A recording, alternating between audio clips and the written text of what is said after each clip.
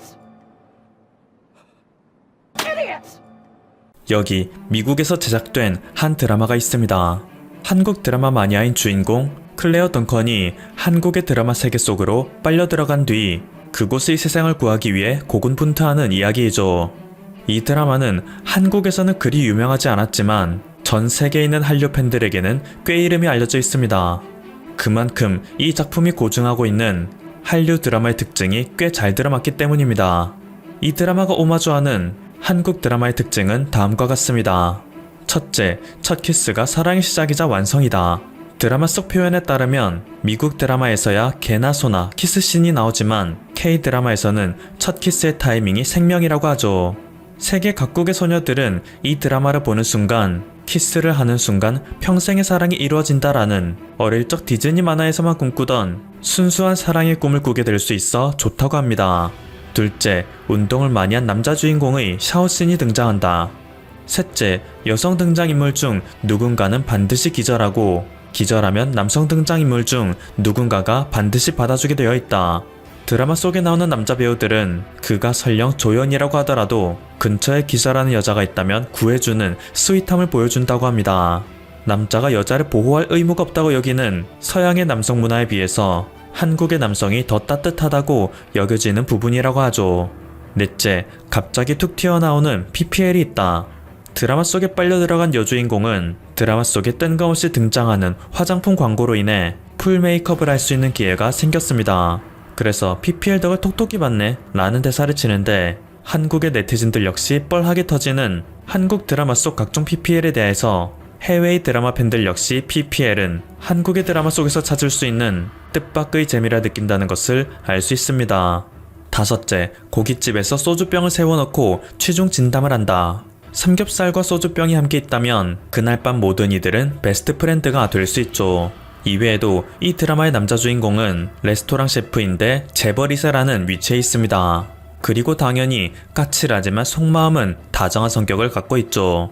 여자 주인공은 전형적인 착하고 성실한 인물입니다. 하지만 이들의 러브라인을 방해하는 이들이 있으니 성격이 나쁘지만 집안이 좋은 서브 여자 주인공과 남자 주인공이 가업을 물려받길 원하는 재벌가 어머니입니다. 이 사이에서 시달리는 여자 주인공을 대놓고 챙겨주는 착하고 멋진 서브 남자 주인공도 있죠.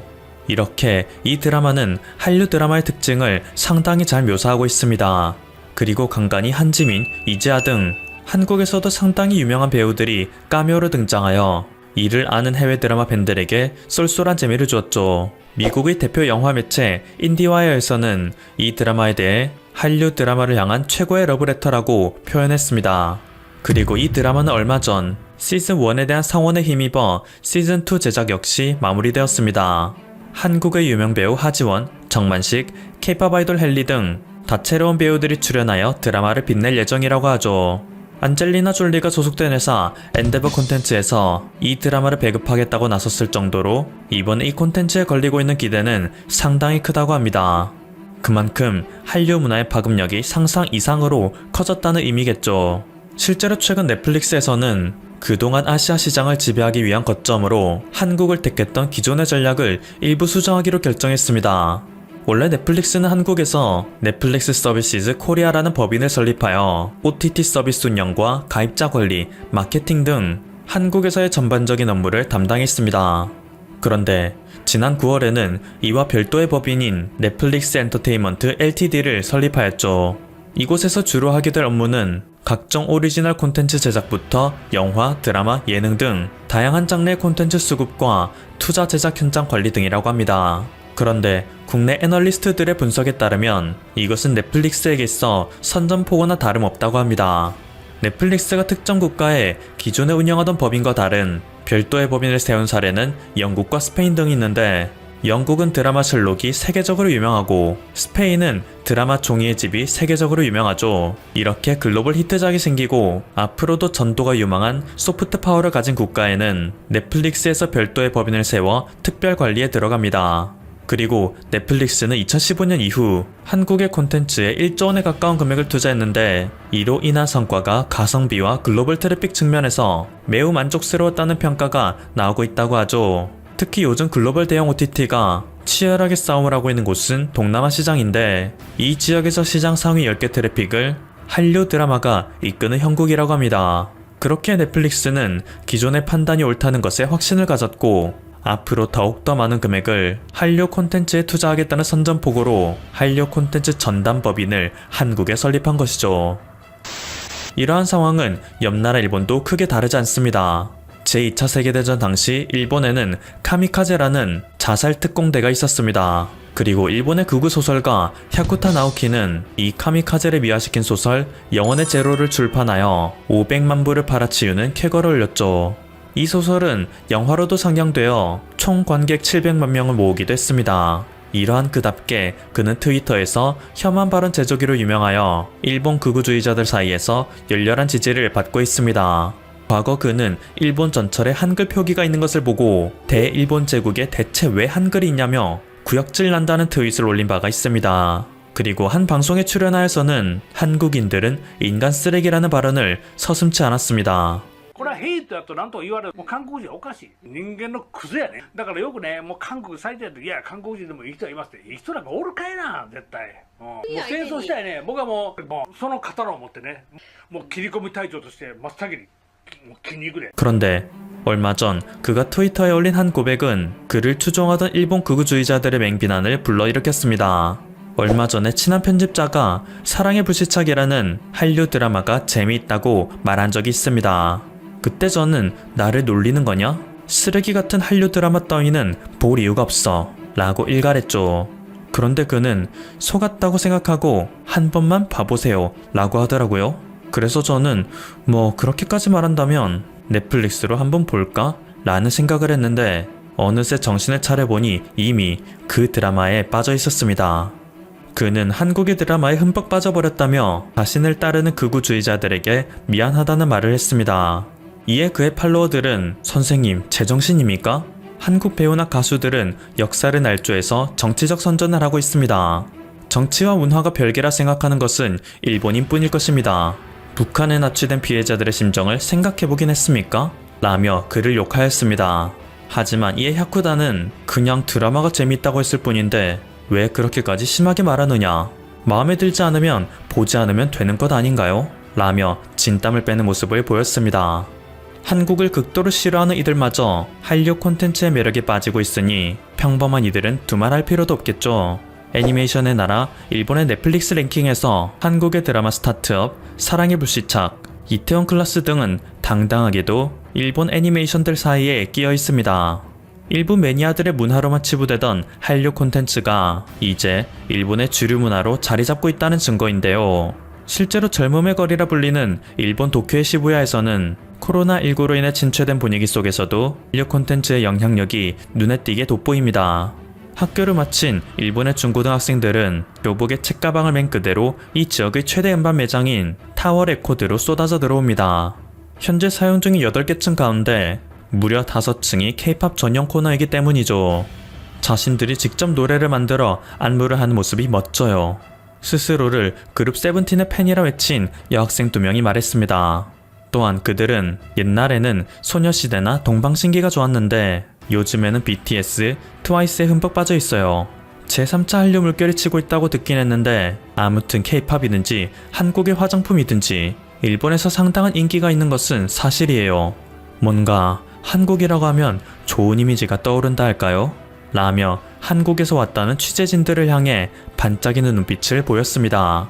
요즘 일본의 12,10세대는 한국과 일본의 정치 역사적인 갈등에는 전혀 관심이 없습니다. 그저 한국은 오샤레한 나라라는 이미지만 확산되고 있습니다.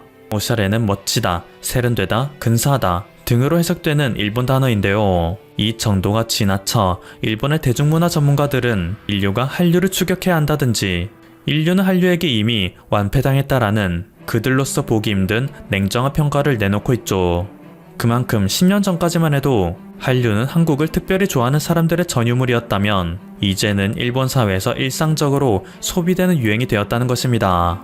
한 트렌드 조사 업체의 설문에 따르면 과거에는 프랑스와 이탈리아를 세계 문화의 중심지라 여겼다면 이제는 한국이 신트렌드의 중심지라 여기고 있는 것이 오늘날 일본 젊은이들의 인식이라고 합니다. 지금까지 퍼블튜브였습니다. 여러분의 구독과 좋아요 그리고 알림 설정은 콘텐츠 제작에 큰 힘이 됩니다. 감사합니다.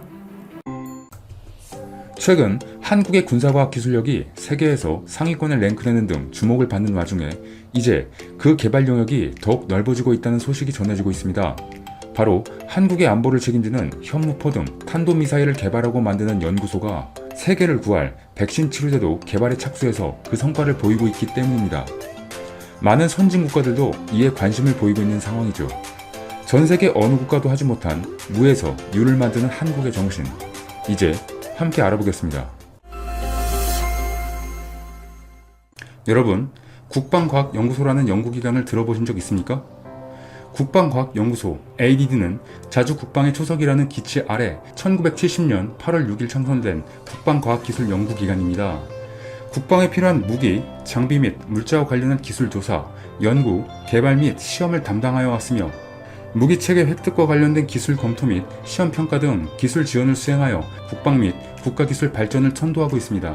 한편 지난 1970년 8월 6일 창설된 ADD는 50년간 무에서 유를 만드는 불굴의 도전 정신으로 KT-1 훈련기, K-2 전차, K-9 자주포, 미사일, 군 위성통신, 아나시스-2 등 주요 무기 355종을 개발해 군 전력화와 방위산업 발전에 기여해왔고 국방과학기술을 세계 9위 수준으로 향상시켰습니다. 국방과학연구소는 올해로 창설 50주년을 맞이해 창설 기념식을 개최하였습니다. 창설 기념식은 지난 성과를 바탕으로 다가오는 미래를 대비해 실패를 두려워하지 않고 혁신성과 전문성을 강조하는 국방 연구개발을 통해 우리 군에 최고의 과학기술 솔루션을 제공하겠다는 사명을 다짐하는 자리로 마련됐습니다. 또 이번 기념식에 앞서 문 대통령은 대전 연구소를 방문해 세계 군사력 평가에서 6위를 차지한 대한민국의 국방력 원천이 국방과학연구소에서 나오고 있다고 격려를 했습니다. 그리고 소총 한자로 제대로 만들지 못하던 시절에 창설되어 이제는 한반도의 평화를 지키기 위해 충분한 사거리와 세계 최대 수준의 탄두 중량을 갖춘 탄도 미사일을 개발하기에 이르렀다고 덧붙였습니다. 이러한 문 대통령의 방문은 창설 50주년 격려도 있었지만 실질적으로 대한민국이 현재 개발하고 있는 단거리 탄도미사일 SRBM인 현무포의 성공적인 시험평가 수행에 대한 노고를 치하하는 자리이기도 했습니다. 북한의 핵 미사일 시설 지휘부 등 주요 공격 대상을 타격할 수 있는 현무포는 사거리가 800km이며 지난 3월 충남 태안군 ADD 안흥 시험장에서 최초로 시험 발사를 하였습니다. 이날 기념식은 지난 성과를 바탕으로 다가오는 미래를 대비해 실패를 두려워하지 않고 혁신성과 전문성을 강조하는 국방 연구 개발을 통해 우리 군에 최고의 과학기술 솔루션을 제공하겠다는 사명을 다짐하는 자리였습니다. 남세규 국방과학연구소 소장은 미래 50년은 비닉 무기 개발에 집중하고 AI, 양자 레이더, 합성 생물학 및 우주 분야와 같은 첨단 과학에 과감히 도전할 것이라며 한반도의 평화와 번영을 위해 끝없이 상상하고 끝없이 도전하는 세계 인류 국방과학 연구소로 도약하겠다고 말했습니다. 그리고 레이저 대공 무기와 스텔스 기능이 장착된 무인 전투기를 개발 중이라고 밝혔습니다. 레이저 대공 무기는 광섬유에서 생성된 광원 레이저 빔을 표적에 직접 쏴 목표물을 무력화시키는 무기 체계이며 이 무기를 활용하면 소형 무인기 등을 타격할 수 있습니다. 눈에 보이지 않고 소음이 없을 뿐 아니라 별도의 탄 없이도 운영 가능하고 1회 발사 비용은 약 2,000원 수준으로 거의 비용이 들지 않습니다. 국방과학연구소는 올해부터 약 880억 원을 투자해 2023년까지 레이저 대공무기 개발을 완료하는 목표를 가지고 있습니다. 현재 개발 중인 스텔스 무인 전투기는 개발 막바지 단계이고 전파 흡수 구조, 무미익, 비행 제어 기술 등을 갖췄고 이 전투기는 10km 상공에서 마하 0.5의 속도로 최대 3시간 비행할 수 있습니다. 이런 국방과학연구소 ADD가 유전자를 이용한 코로나 바이러스 치료제 개발을 추진 중이라는 발표를 했습니다. 제약 바이오 업계에 따르면 글로벌 백신 제조사들은 코로나 백신에 대한 유의미한 결과를 도출해냈거나 임상 3상에 착수한 상태입니다. 노바백스는 의료 논문 공개 사이트 메디 알카이브에 2차 백신을 투여한 지 2주일 경과된 시점에 대부분의 접종 대상자들이 중화항체를 보유했다고 밝혔습니다. 중화항체는 감염성 입자가 신체에 투입했을 때 생물학적으로 미치는 영향을 중화해 세포를 방어하는 항체를 의미하죠. 모더나는 코로나 백신 임상 3상 단계에 돌입했고 이 회사는 미국 내 89개 지역에서 3만 명을 대상으로 임상 시험을 진행하고 있습니다. 모더나는 전세계 최대 규모인 이 프로젝트를 미 국립보건원 산하 국립알레르기 전염병 연구소와 공동 진행 중입니다. 독일 화이자도 백신 임상 3상에 들어섰습니다. 화이자는 미국 내 39개 주, 독일, 아르헨티나, 브라질 등지에서 관련 시험을 진행 중입니다.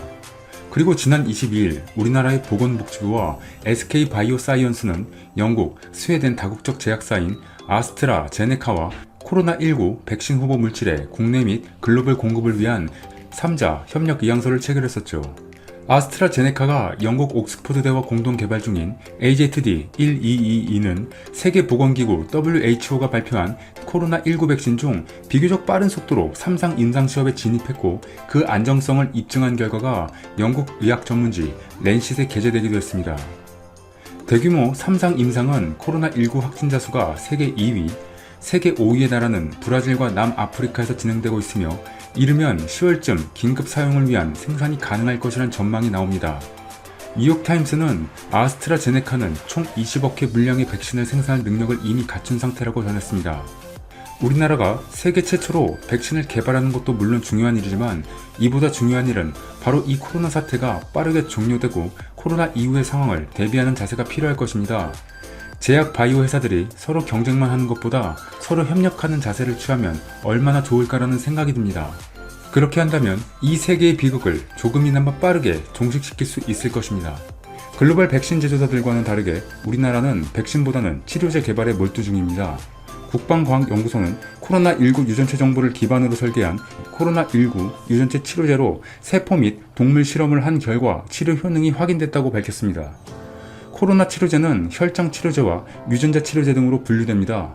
국방과학연구소가 개발하고 있는 유전자 치료제는 코로나 환자의 유전체 정보 등을 기반으로 설계된 것으로 바이러스가 세포 내에 침투해 스스로 증폭하는 것을 차단하는 방식으로 작용합니다.